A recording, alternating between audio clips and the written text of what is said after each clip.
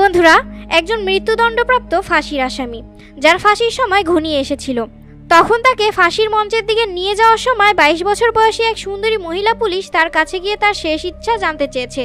কয়েদি তখন তার এমন একটি শেষ ইচ্ছা প্রকাশ করলো যা শুনে পুরো জেলে হইচই সৃষ্টি হলো।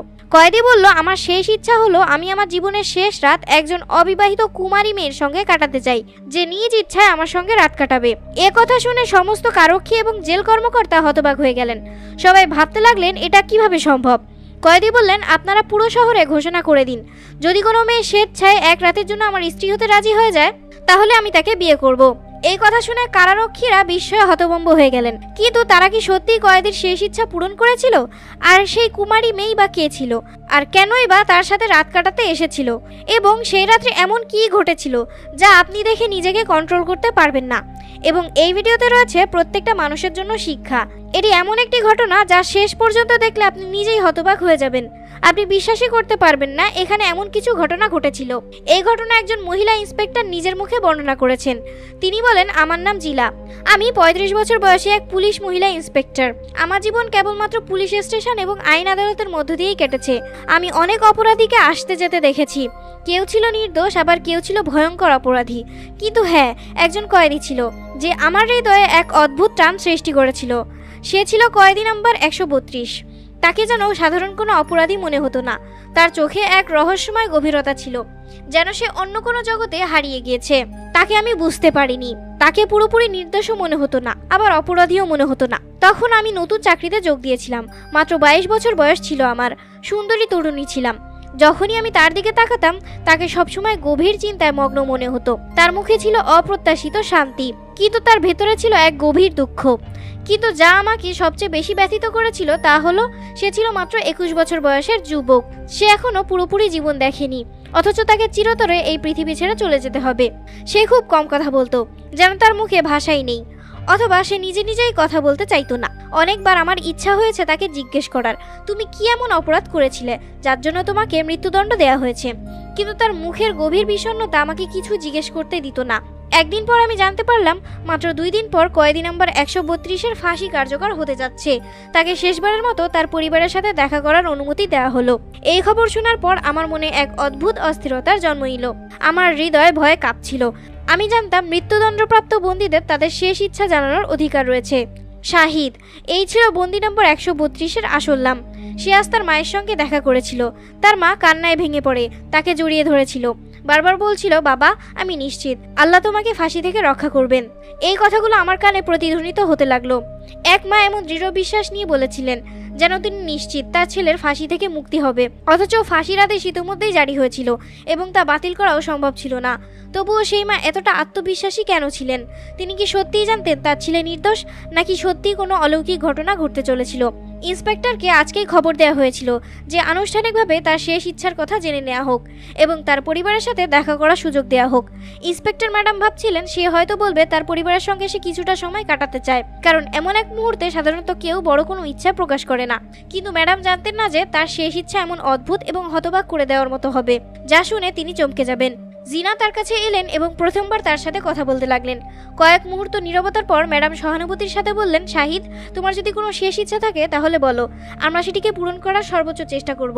ইন্সপেক্টর শাহিদ ম্যাডামের দিকে তাকিয়ে ধীরে ধীরে বলল, আমার একটি শেষ ইচ্ছা আছে। আমি চাই আপনি প্রতিশ্রুতি দেন যে আপনি এটি পূরণ করবেন। ম্যাডাম তাকে আশ্বস্ত করলেন, এটা প্রতিটা বন্দীর অধিকার রয়েছে, তোমারও আছে। আমরা সর্বোচ্চ চেষ্টা করব তোমার শেষ ইচ্ছাটা পূরণ করতে। তিনি অবাক ছিলেন, সে যে এত ধীরে এবং শান্তভাবে তার শেষ ইচ্ছার কথা বলেছিল। ম্যাডাম তাকে সস্নেহে বললেন, চলো, ডিএম সাহেব নিজেই তোমার শেষ ইচ্ছা সম্পর্কে জানতে চাইবেন। ম্যাডাম সাহেবকে নিয়ে ডিএম সাহেবের কক্ষে চলে গেলেন।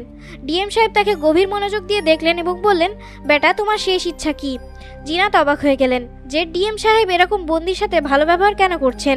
সাধারণত এমনটা দেখা যায় না, কিন্তু হয়তো তিনি সত্যিই জানতেন, বা তিনি বন্দির বিষয়ে বুঝতে পেরেছিলেন যে কেন তাকে শাস্তি দেওয়া হচ্ছে। এই কারাগারে সাধারণত এমন বন্দিরা ছিল যাদের অপরাধ ততটা গুরুতর না, কিন্তু শাস্তি ছিল কঠোর। অন্যদিকে বড় বড় অপরাধীরা জেলের বাইরে স্বাধীনভাবে ঘুরে বেড়াচ্ছিল। শাহিদ গভীরভাবে নিঃশ্বাস নিল। স্যার, আমার শেষ ইচ্ছা হলো আমি আমার জীবনের প্রথম এবং শেষবারের মতো বিয়ে করতে চাই। আমি আমার স্ত্রীকে পেতে চাই এবং তার সাথে এক রাত কাটাতে চাই। এটা শুনে যেন পুরো ঘর স্তব্ধ হয়ে গেল। আমি এবং অন্য সবাই বিস্ময়ে একে অপরের দিকে তাকাতে থাকলাম। ডিএম সাহেব কিছু মুহূর্ত নীরব রইলেন এবং তারপর সস্নেহে বললেন, বেটা, আমরা তোমার বিয়ে করিয়ে দিতে পারি, কিন্তু কে সেই মেয়ে যে তোমার সাথে বিয়ে করতে চাইবে? এটা জেনেও যে একদিন পরেই তোমার ফাঁসি দেওয়া হবে। তিনি কিছুক্ষণ থেমে আবার বললেন, তুমি তো মৃত্যুদণ্ডপ্রাপ্ত আসামি। তুমি অত ধনীও নাও যে তোমার অর্থের লোভ দেখিয়ে কাউকে রাজি করাতে পারবো। তাছাড়া তুমি এত দরিদ্র পরিবার থেকে এসেছো এবং দারিদ্র্যের সাথে কেউ বিয়ে করতে সহজে রাজি হয় না, বিশেষ করে এমন পরিস্থিতিতে তো একদমই না। কেন তোমার জীবনের শেষ সুযোগটা নষ্ট করছো? অন্য কিছু চাও, খাওয়া দাওয়ার কিছু বা কোনো বিশেষ ব্যক্তির সাথে দেখা করা। আমরা সব কিছু করতেই রাজি আছি, কিন্তু বিয়ে, এটা সম্ভব নয়। তোমার সাথে বিয়ে করতে কেউ রাজি হবে না। আমরা তোমার বিয়ে কিভাবে করাবো? শাহিদ অত্যন্ত শান্তভাবে জবাব দিল, সাহেব, আমি আগেই বলেছি আমার শেষ ইচ্ছা হচ্ছে বিয়ে করা, কিন্তু চিন্তা করবেন না, আমি এমন একটি উপায় বলবো যাতে আমার ভাগ্যে যদি বিয়ে লেখা থাকে তবে তা হয়েই যাবে। সবাই বিস্ময়ে তার দিকে তাকালো। তাদের মাঝে এক মুহূর্তের জন্য চিন্তা জেগে উঠল, সে কি ইন্সপেক্টর জিন্নাতের সাথেই বিয়ে করার জেদ ধরেছে? কিন্তু শাহিদ যা বলল তা আরও বিস্ময়কর ছিল। সে শুধু এতটুকুই চাইছিল যে ঘোষণা করে দেয়া হোক শাহিদ যে ফাঁসির আসামি এমন এক নারীর সঙ্গে বিয়ে করতে যায় যে কেবল একদিনের জন্য তার রাতের সঙ্গী হতে রাজি আছে। এটা শুনে পুরো ঘর যেন স্তব্ধ হয়ে গেল। সবাই অবাক হয়ে একে অপরের দিকে তাকাতে থাকলো। বিষয়টাও খুবই অদ্ভুত ছিল। যে শুনে সেই নিজের কানকে বিশ্বাস করতে পারছিল না। শাহিদ জেলা ম্যাজিস্ট্রেটের কাছ থেকে এই প্রতিশ্রুতি আদায় করলো, যদি কোনো নারী তার সঙ্গে এই বিয়েতে সম্মত হয় তাহলে কোনো রকম বাধা দেওয়া হবে না এবং পুরো রাত তার সাথেই কাটাতে পারবে। তার এই চালাকির কথা শুনে কর্মকর্তারাও চিন্তায় পড়ে গেলেন। কিছুক্ষণ ভাবার পর জেলা ম্যাজিস্ট্রেট বললেন, বেটা, আমাদের পুরো বিশ্বাস তোর এই শর্তে কেউ রাজি হবে না। কেনই বা করবে? কেনই বা শুধুমাত্র একদিনের জন্য তোমার বউ হইতে চাইবে? কে বা কেন তার নিজের পরিবার কিভাবে বিপদে ফেলবে? কিন্তু শাহিদ একদম নিশ্চিতভাবে শান্তভাবে বললেন, আপনারা শুধু ঘোষণা করে দিন, এটাই আমার শেষ ইচ্ছা। আমি দেখতে চাই এই পৃথিবীতে কোনো দয়ালু মেয়ে আছে কিনা। যদি কেউ না আসে তাহলে আমার আর কোনো শেষ ইচ্ছা থাকবে না। তারপর চাইলে আপনারা আমাকে ফাঁসিতে ঝুলিয়ে দেবেন।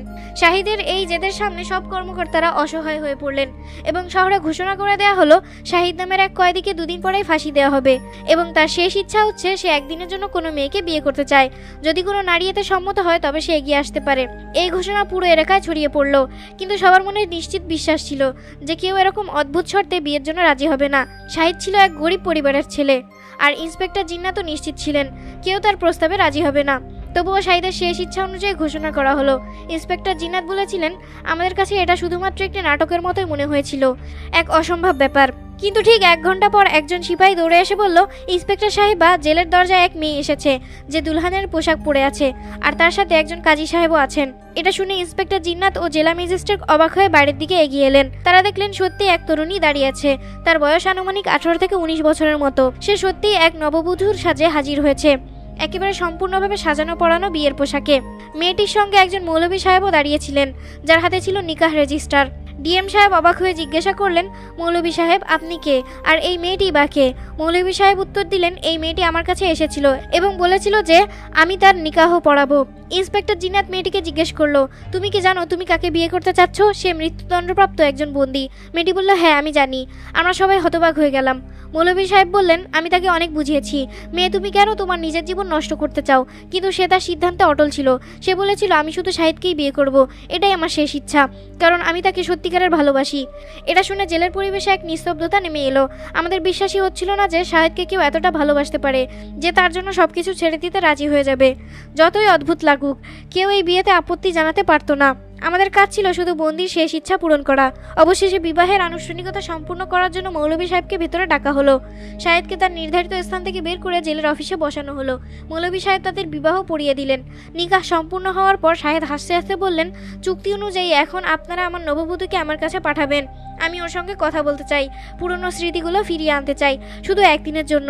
তারপর সে চলে যাবে, আর আমাকে ফাঁসি দিয়ে দিলেও আমার আর কোনো দুঃখ থাকবে না। আমার ভালোবাসা আমাকে পেয়েছে, এটাই আমার জন্য যথেষ্ট। শাহিদের কথা শুনে ইন্সপেক্টর জিনাদের চোখেও জল চলে এলো। তিনি মনে মনে ভাবলেন, সত্যিকারের ভালোবাসা হয়তো এমনই হয়, নির্ভীক এবং নিঃস্বার্থ।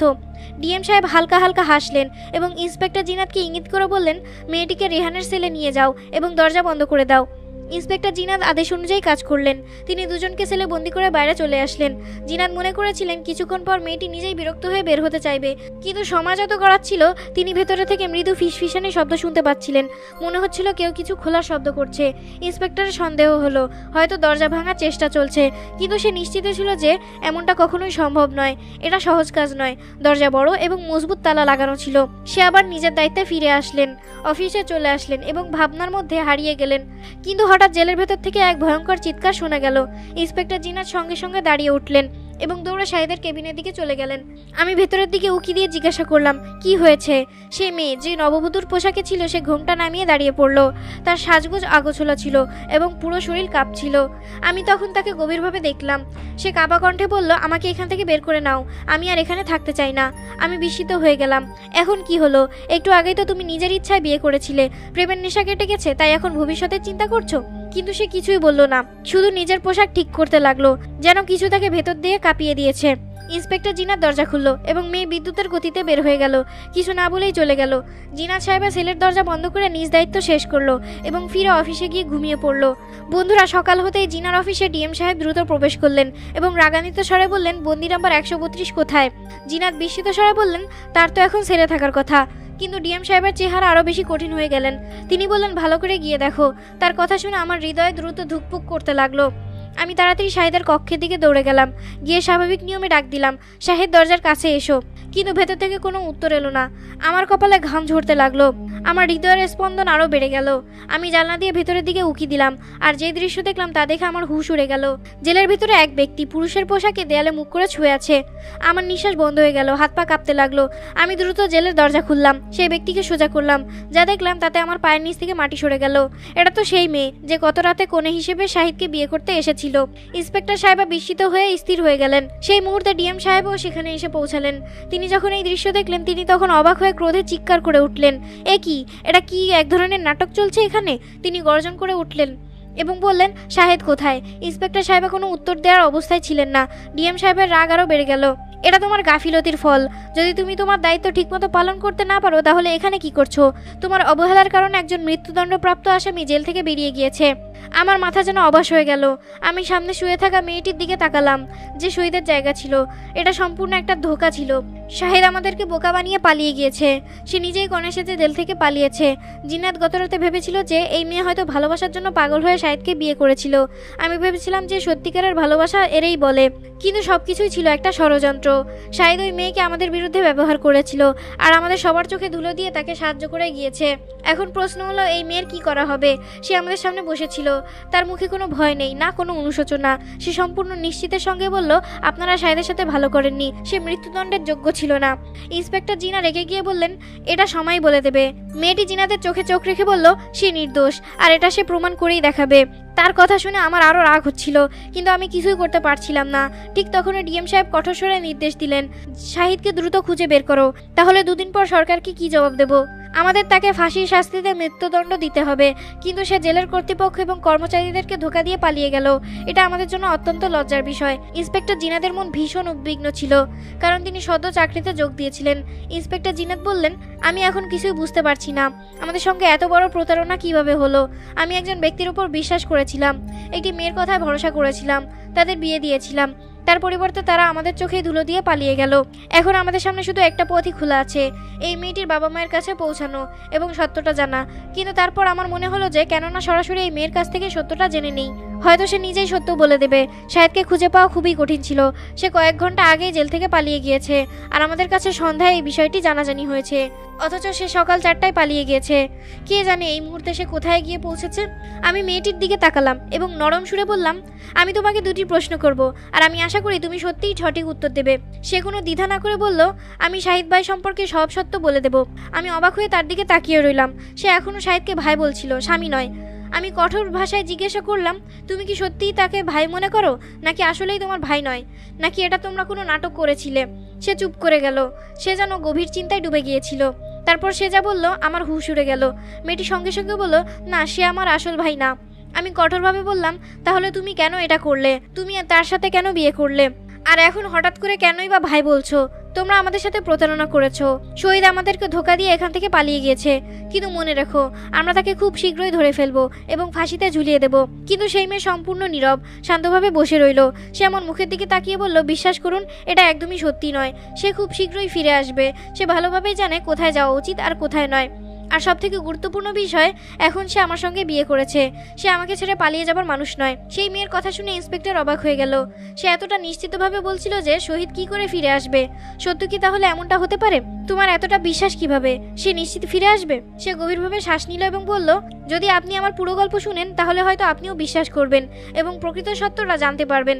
জিনাত সাহেবা চুপ হয়ে গেলেন। তিনি জানতেন এই মেয়ে এখনও তার কথায় অটল। যদি আমি তাকে আরও প্রশ্ন করি তবে হয়তো সে আরও কিছু সত্য সামনে নিয়ে আসবে। সে বলা শুরু করলো, আমার নাম ফেরদাউস। আমার বড় বোনের বাগদান হয়েছিল শাহিদের সঙ্গে। শাহিদ ছোটবেলা থেকেই খুবই সাহসী ছিল। এমন কোনো মুহূর্ত আসেনি যখন সে ভয় পেয়ে পিছিয়ে গিয়েছে। সে আমার বাবা চাচার ছেলে, অর্থাৎ সে আমার চাচাতো ভাই। আব্বু তাকে খুবই পছন্দ করতেন এবং তার উপর বিশ্বাসও ছিল।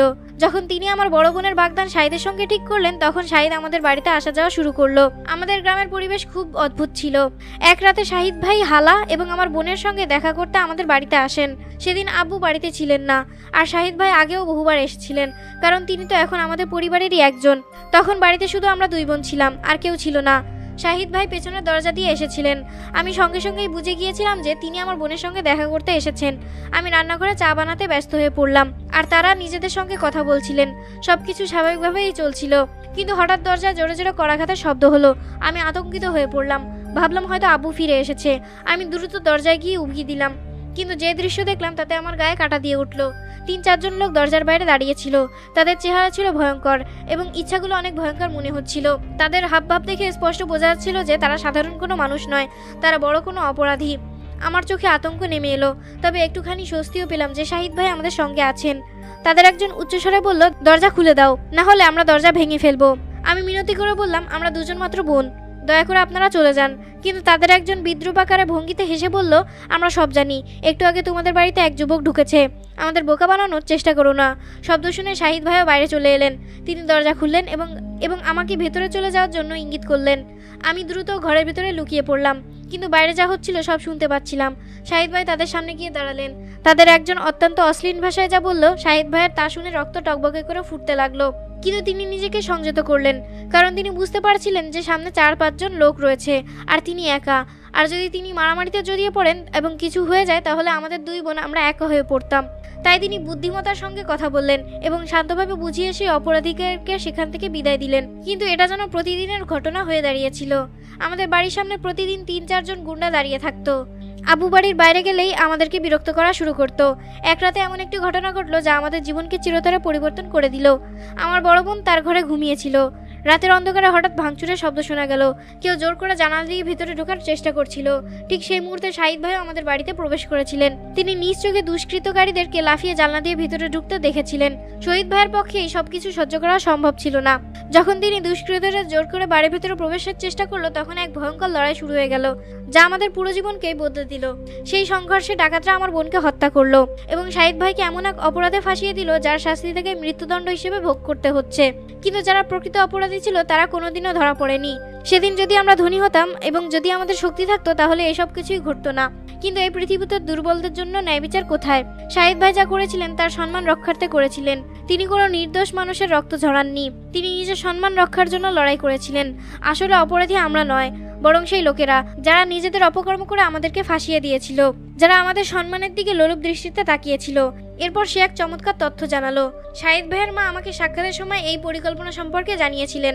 আমি অবাক হয়ে গিয়েছিলাম, কিন্তু আমার মাও আমাকে এই একই কথা বললেন। আমি আমার দ্বিতীয় মেয়েকেও কোরবান করে দেব, কিন্তু আমার ছেলেকে শাস্তি পেতে দিব না। তিনি কাঁদতে কাঁদতে বললেন, আমাদের পরিবারের শাহিদের যতটা প্রয়োজন ততটা আমার ছিল না। যদি আমি মরেও যেতাম তাও কারোর কিছু আসতে যাইতো না। তাই তারা আমাকেও কোরবান করে দিল যাতে শাহিদ বেঁচে যায়। সেই সব কিছু ছিল পূর্ব পরিকল্পিত। শাহিদ রাতারাতি শহরের এক আইনজীবীর কাছে গিয়েছিলেন। সেই আইনজীবী শাহিদের কৃতজ্ঞ ছিল, কারণ একবার শাহিদ তার জান বাঁচিয়েছিলেন। যখন সবাই এই আইনজীবীর পা ছেড়ে চলে গিয়েছিল তখন শাহিদ নিজের জীবন বাঁচিয়ে রেখে লড়াই করেছিল এবং তাকে হাসপাতালে পৌঁছে দিয়েছিল। আর সেই আইনজীবী ঋণ পরিশোধ করতে প্রস্তুত ছিল। আদালতে মামলা চলল এবং সত্য প্রকাশ পেল। প্রমাণিত হলো যে শাহিদ নির্দোষ এবং তাকে সম্মানের সাথে মুক্তি দেওয়া হলো। যদি শাহিদের জায়গায় আরেকজন সম্মানিত ব্যক্তি থাকতো তাহলে সেও হয়তো এইটাই করত। ইন্সপেক্টর জিন্নাত বললেন, আল্লাহর প্রকৃত ভালোবাসা ও নিষ্ঠার মান রেখেছেন, না হলে এত বড় মামলায় কাউকে মুক্তি পেতে আমি কখনোই দেখিনি। শাহিদের মা যা বলেছিলেন তা সত্যি হয়ে গেল। আল্লাহ তোমাকে মৃত্যুদণ্ড দেবে না, তুমি খুব শীঘ্রই মুক্তি পাবে। এবং সত্যিই তাই হলো। ইন্সপেক্টর জিন্নাত বলেন, এই ঘটনা আজও আমার মনে সতেজ হয়ে থাকবে। যখনই আমি এটা মনে করি তখনই আমি কেঁপে উঠি। জীবন এমন অনেক ঘটনার সাক্ষী হয়। কিছু গল্প সময়ের সঙ্গে ভুলে যাই, আর কিছু গল্প চিরদিনের জন্য হৃদয়ে খোদাই হয়ে থাকে। বন্ধুরা, এই গল্প আমাদেরকে অনেক কিছু শেখায়। এই ধরনের আরও শিক্ষণীয় গল্প দেখতে অবশ্যই কমেন্টস করে লিখুন নেক্সট পার্ট।